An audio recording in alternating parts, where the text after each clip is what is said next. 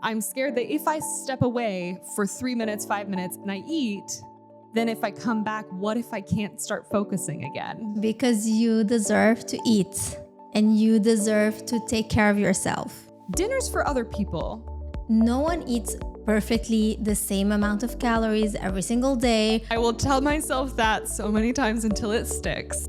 Hello and welcome to the Dietitian's Table. Today we'll be talking with Siri, our creative director, who has been focusing on being consistent with her meals. We'll be covering packed lunches, creating time to eat, and riding the waves of life's ebbs and flows without judgment. If you want to pull up a chair next, apply to be a guest on our website, thedietitianstable.com/apply. Hi Siri. Hi, Joy. It's so nice of you to be here. Yeah, I'm so excited to be here. It's weird being in the guest seat. Yes.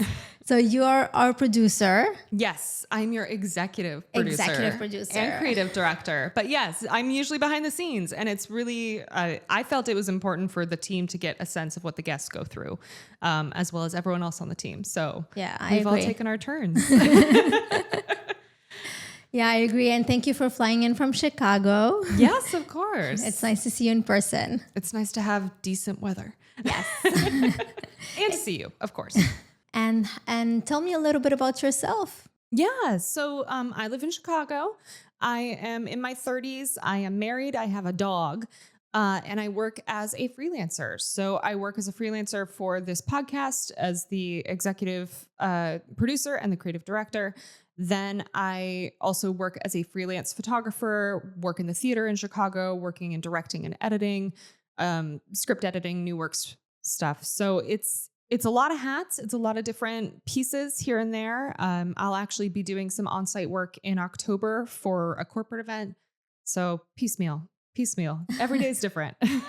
I'm sure. And you have your schedule full, I feel like. Yeah, I don't usually know. I try to plan it as much ahead as I can, but it just turns into these big fuzzy stress blocks on the calendar of I have big deadline this week. I have being gone for traveling for work this week, and just trying my best to fit in those normal days where the rest of the schedule goes. Oh, yeah. Yeah. I'm sure that's a lot of time management and being able to, like you said, wear different hats at different times, even throughout the same day. Do you wear different hats or are you? Yeah. I usually try to break it up in that the morning I'll stick to one specific project, and then in the afternoon I'll work on another specific project.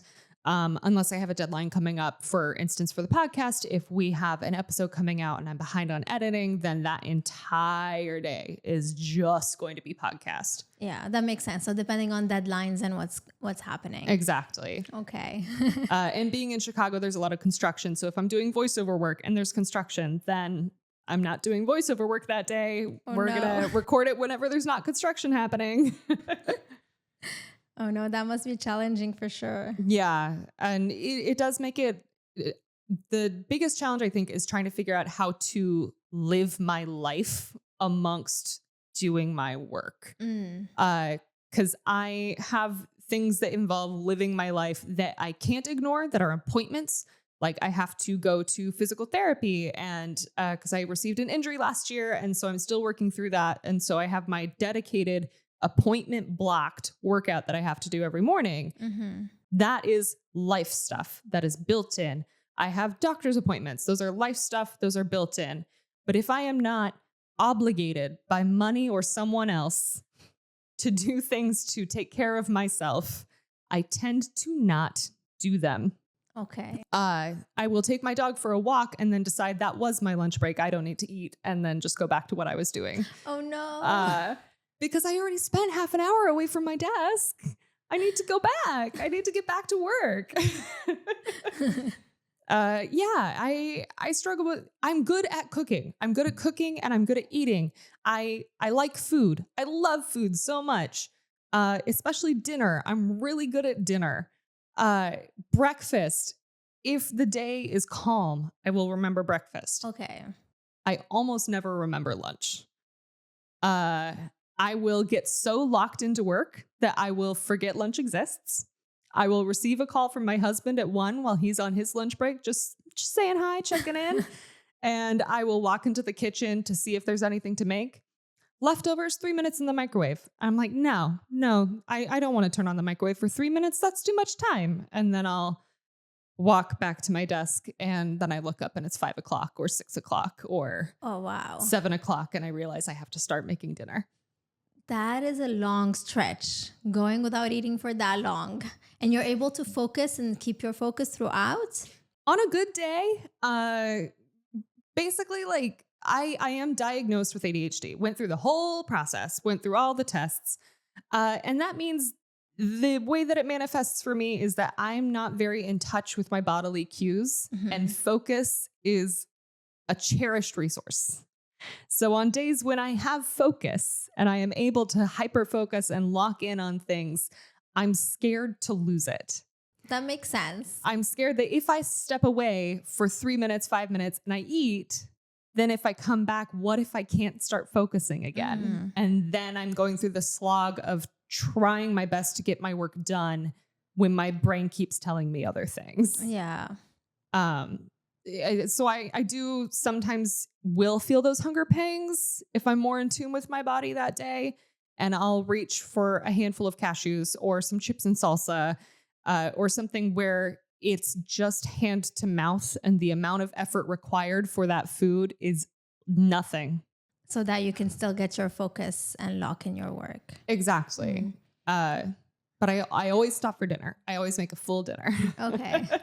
Well, I get that. I get the fact that you need to focus within those hours. And then do you eat dinner with your husband? Do you eat together? I do. We do. Yeah. So I try to meal plan every week, and I am a big fan of freezing food. So if I make a double batch of something, I will freeze it in portions. So on a busy day, I can chuck it in the slow cooker. But we'll always have something that has a protein, a starch, a vegetable. I'm a big fan of my personal rule of visible vegetables once a day, minimum. So we try to have balanced dinners. It's just a matter of eating up until dinner. Yes. Okay. Even when it's the two of us on a weekend, we will both not eat until dinner and be very mad at ourselves. We'll just go the whole day, and it'll be 4 p.m. and my husband will say, when's dinner? What are we eating tonight? I'm like, did we eat anything today? No, we had coffee. Oh, no. And then we'll just agree to do an early dinner. But that's probably why we're just so tired every weekend, is we just don't eat. You don't fuel yourself to be able to have fun during the weekend. No, and we'll forget, and we'll get so in our heads about it. Like if we remember to eat breakfast, then we're getting in our heads of, well, what time is dinner? What are we having for dinner? Are we going out to see a movie? If we have popcorn, will we be hungry for dinner? If we have popcorn, should we just skip dinner? And it just becomes this whole calculation and this whole big stressor of, if I do this, then will I be hungry for that? Yeah. And it just feels like too much effort. So usually we just resort to just not eating because it's mentally easier than all the calculations. But also you meal prep. So you do have that mental capacity to think about your meals and meal prep for the week. And put in batches in the freezer and having home cooked meals. So you have that. That's amazing. How do I expand that to past dinner though? Like, I'm so good at dinner. Dinner is my strong suit. Okay. Everything else I forget about. Why do you think that is? Well, dinner's for other people.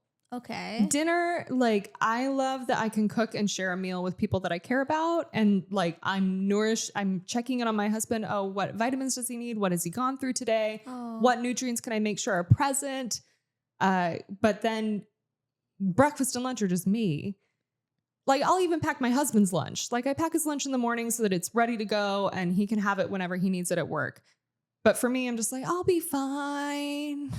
I don't need to use groceries. Groceries are expensive. I can tough it out. I know that dinner's coming. I don't need breakfast. That's going to take time to cook. I don't need time to cook. I'll stick it out. I have my coffee. So it sounds like you really take care of your husband, which is so sweet, making sure that he has his lunch and he he's eating enough and getting nourished, Mm-hmm. but you're not giving the same amount of love and attention to yourself. Yeah, that sounds like a great thing that I probably need to bring up in therapy. Yeah. uh, yeah, I guess I just don't see myself as worth the groceries or worth the amount of effort that it takes to make food for other people. What? Okay. I have an idea.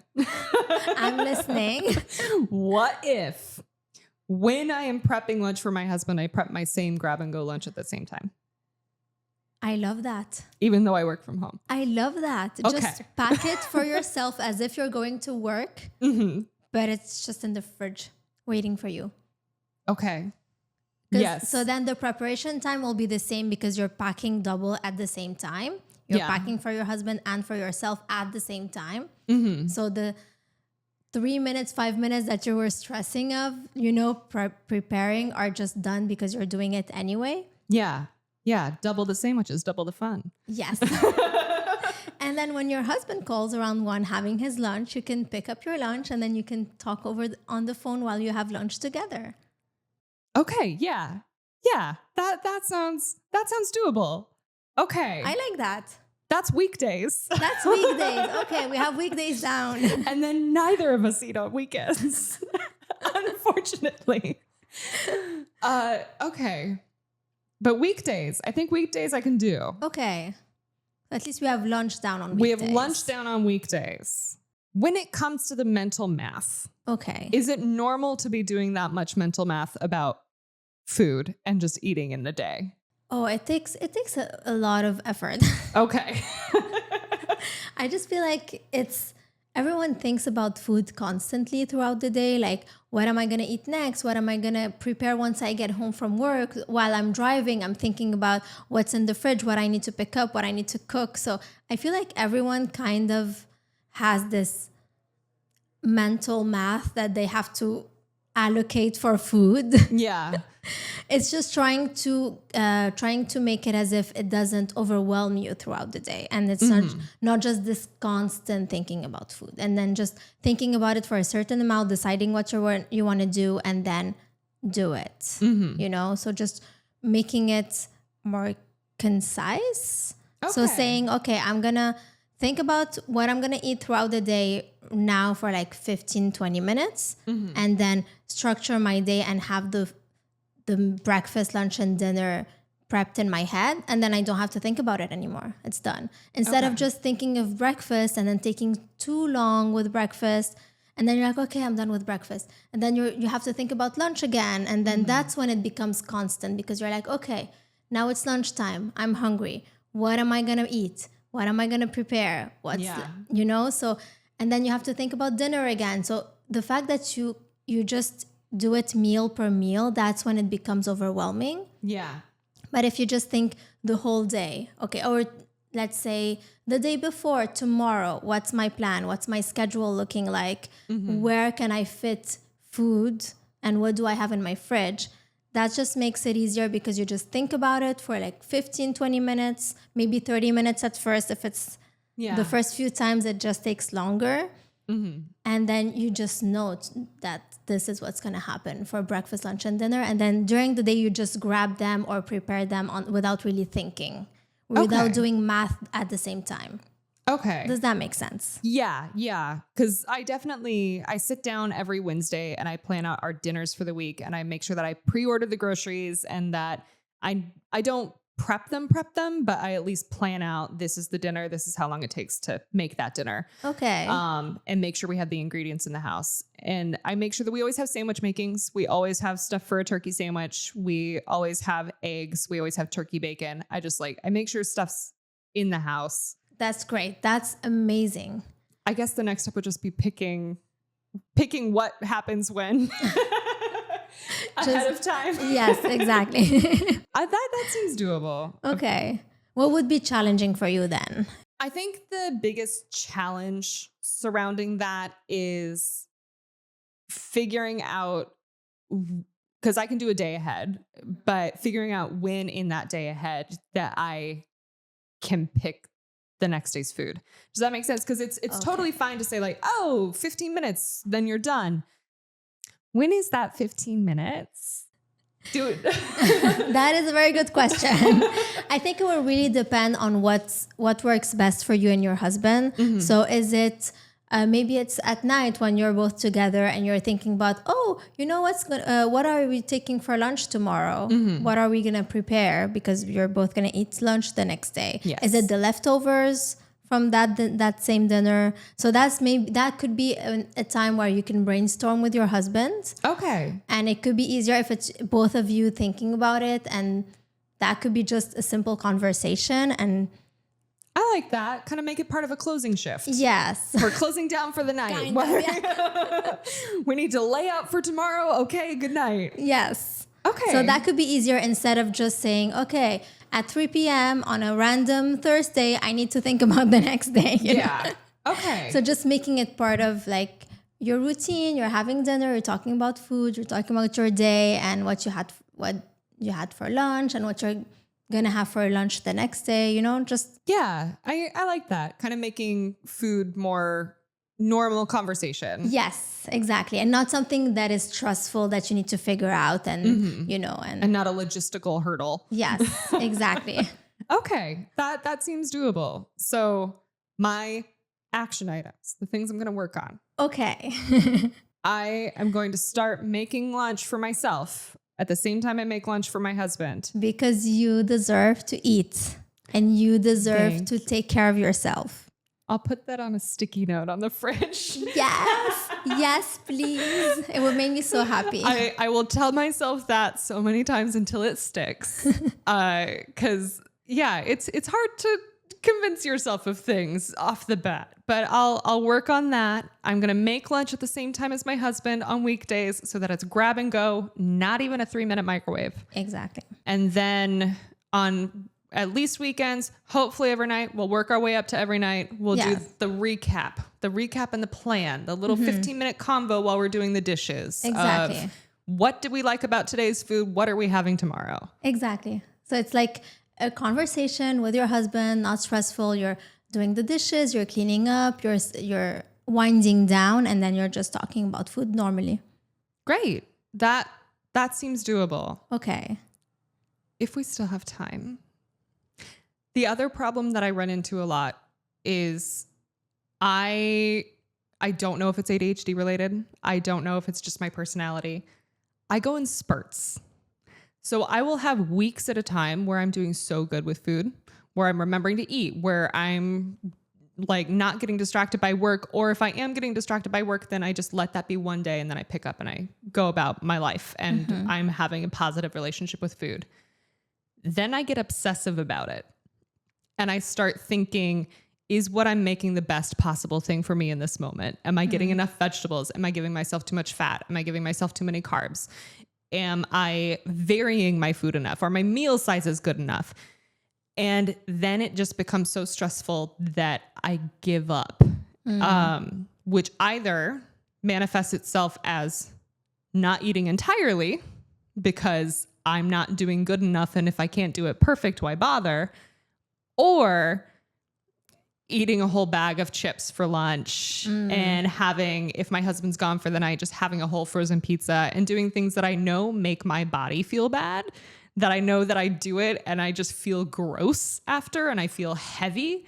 But I'm thinking that's, if I can't be perfect, then I might as well just go off the deep end and let myself feel terrible all the time. And how often does it happen and for how long? Is it just a lunch or a dinner or? It feels like it's a 3-month cycle. So like I will do good in the sense of like, I'm being consistent. I'm taking care of myself. I'm thinking about things in a normal, healthy amount and a normal, healthy way. And then the seasons will start to change. And I'll start trying to pull out different clothes and maybe those clothes don't fit. And then I start feeling bad about myself. And then I start obsessing. Then I'll have like a week or two where I'm just stressing myself out to no end, obsessing over making sure I'm eating perfectly. And then it becomes too much. And then I'll have maybe 2 to 3 weeks where I'm either not eating or I'm eating terribly before I can get back on track. Yeah. I'm hoping at least to lower, if I can't eliminate it completely, to at least make the cycle where I'm not being kind to myself shorter. Yes. Get back on track faster. Well, the sticky notes for sure are going to help. The fact that you just remind yourself that you deserve to eat, you deserve to fuel your body, you deserve all those things, and you need to love your body and yourself, and that takes time, especially when you're going through those weeks where you're not feeling well. And then the more you do it, and the more this will shorten. Okay. And also life is ebbs and flows, and it's ebbs and flows, and this is us, this is food, this is our hormones as well. So a lot goes into our eating, and no one eats perfectly the same amount of calories every single day for all their lives. So life happens. There's a lot of things that happen. There's the external stressors, external factors. There's family gatherings and birthdays and dinners and occasions. And so you will adapt your food with what's going on. Okay. And hormones play a big role also into sometimes not feeling our best and feeling maybe tired or bloated, or so that could just be the hormones and not you not eating perfectly. Totally. But that just affects the way you're thinking about food, and may demotivate you, and that's very normal. Yeah. That's good to hear it's normal, because I thought I was just doing bad. No, that's normal. Okay. So kind of like riding the wave of where I'm at and being less judging of where I'm at in that cycle. Exactly. And then always remember that you're trying, you're doing your best, and just think about that, and just in a non-judgment way. Like, okay, this is not ideal, but this is what I needed right now. And then just trying to go back to your routine instead of just giving up completely, Okay. Yeah. So having that bag of chips for lunch, okay, but then just picking up tonight and the next day and just moving on instead of just giving up completely and just saying, okay, I don't want to do anything anymore. It's a bad day, not a bad week. Exactly.